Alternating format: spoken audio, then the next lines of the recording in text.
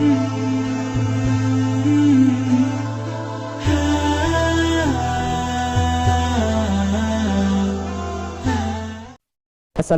warahmatullahi wabarakatuh. Waalaikumsalam warahmatullahi wabarakatuh. Allahumma salli ala sayyidina Muhammad wa ala ali sayyidina Muhammad. Sallallahu. Maaf jika kita wanita sedang libur atau menstruasi, apakah boleh memuaskan suami menggunakan mulut? Terima kasih. Bismillah. Di saat kemarin ada yang tanya masalah apa itu? Jadi kalau sudah urusan hal semacam itu, mari kita tingkatkan wibawa majelis supaya tidak di majelis kita bicara sesuatu yang tidak pantas. Kemarin ada yang tanya masalah apa, lupa kemarin. Juga masalah-masalah yang sensitif seperti itu. Dan jangan membiasakan kita di majelis saat membicarakan hal yang demikian itu dengan dibarengi dengan guyonan, merendahkan syariat itu. Menjadi sebab barokahnya ilmu dicabut. Baik, kita bicara tentang syariat. Suami istri halal. Anda boleh berbuat apa saja suami istri. Bebas. Anda bersenang-senang dengan kupingnya, dengan rambutnya, dengan apa saja boleh. Halal. Cuman yang diharamkan dalam dua keadaan. Waktu haid memasukkan ke lubang depan. Memasukkan seorang suami alatnya ke lubang depan. Kemudian yang kedua yang diharamkan memasukkan ke lubang belakang. Baik dalam keadaan haid atau tidak haid, hukumnya haram dan dosa besar. Ini usalah haid. Yas'alunaka 'anil mahid. Qul huwa adza fa'tazilun nisa fil mahid. Bertanya tentang haid, bagaimana jauhi wanita untrusan itu. Tidak boleh menggauli istri dalam keadaan haid.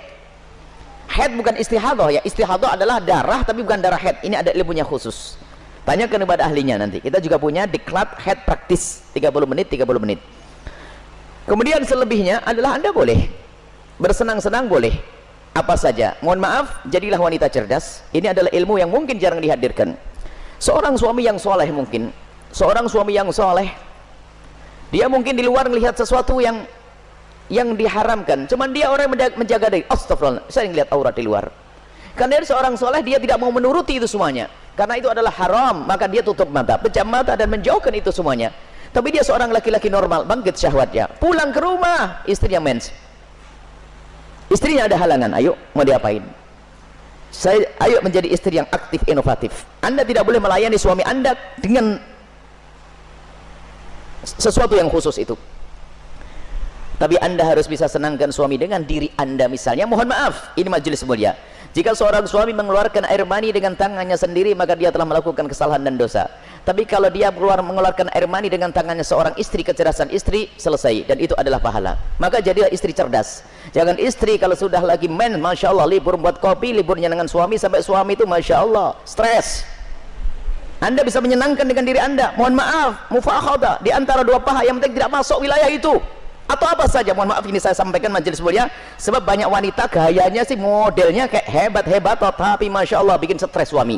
Hati-hati itu, hei para wanita, sadar. Senangkan suamimu dengan apapun yang Allah berikan kepadamu, dengan tanganmu, dengan apapun. Yang penting kalau Anda haid jangan masuk wilayah itu.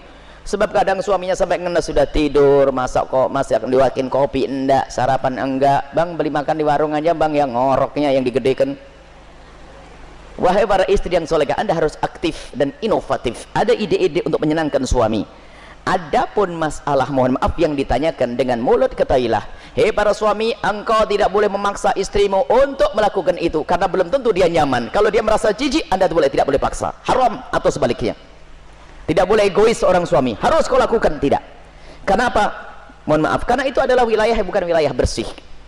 Wilayahnya orang dari makanan yang bersih dibuang lewat mana? Lewat itu. Akan tapi kalau memang ada seorang wanita yang mau melakukannya misalnya atau sebaliknya, bagaimana, apakah boleh? Ketahuilah, di situ ada cairan yang najis. Air mani tidak najis, khilaf di antara ulama. Madhab Syafi'i najis, tapi cairan selalu najis. Maka kalaupun seandainya harus melakukan, mohon agar tidak ditelan. Karena itu adalah jangan sampai karena itu najis. Tidak usah ditelan cairan-cairan. Adapun masalah air mani adalah khilaf di antara ulama, akan tapi boleh seorang suami, seorang istri melakukan yang demikian tentu dengan keridhaannya dan tentunya dengan waspada. Tidak boleh sampai ada masuk ke dalam perutnya sesuatu, karena itu ada madhi. Sebelum mani adalah najis, cairan-cairan sebelum mani adalah najis. Dan wahai para suami dan para istri, yuk kita melakukan sesuatu yang sesuai dengan petunjuk Nabi SAW, akhlaklah yang baik.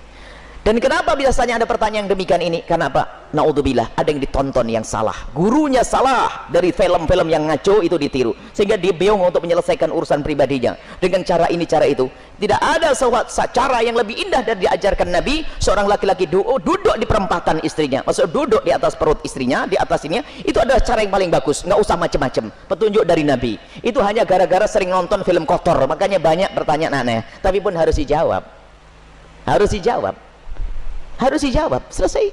Semoga Allah bisa menjadikan anda orang yang bisa menyenangkan. Termasuk wahai para suami, mungkin ada seorang suami yang, mohon maaf, ada bermacam-macam sebab, ada ejakulasi dini dan sebagainya dan sebagainya. Tapi ketahuilah, jangan biarkan istrimu terlantar. Dia bisa senang dengan jemarimu, dengan tanganmu, dengan anda, dengan apapun, dengan cumbuanmu. Jangan sampai menjadi seorang suami egois. Dan Nabi marah. Nabi marah dengan seorang laki-laki yang mendatangi istrinya seperti binatang mendatangi betinanya. Nggak pakai muqaddimah, pakai minyak wangi dulu deh para suami, sikat gigi yang bersih, kemudian cumbu, rayu, seperti halnya engkau ingin melihat dia cantik, dia jaga, ingin melihat engkau paling tidak agak ganteng dikit deh.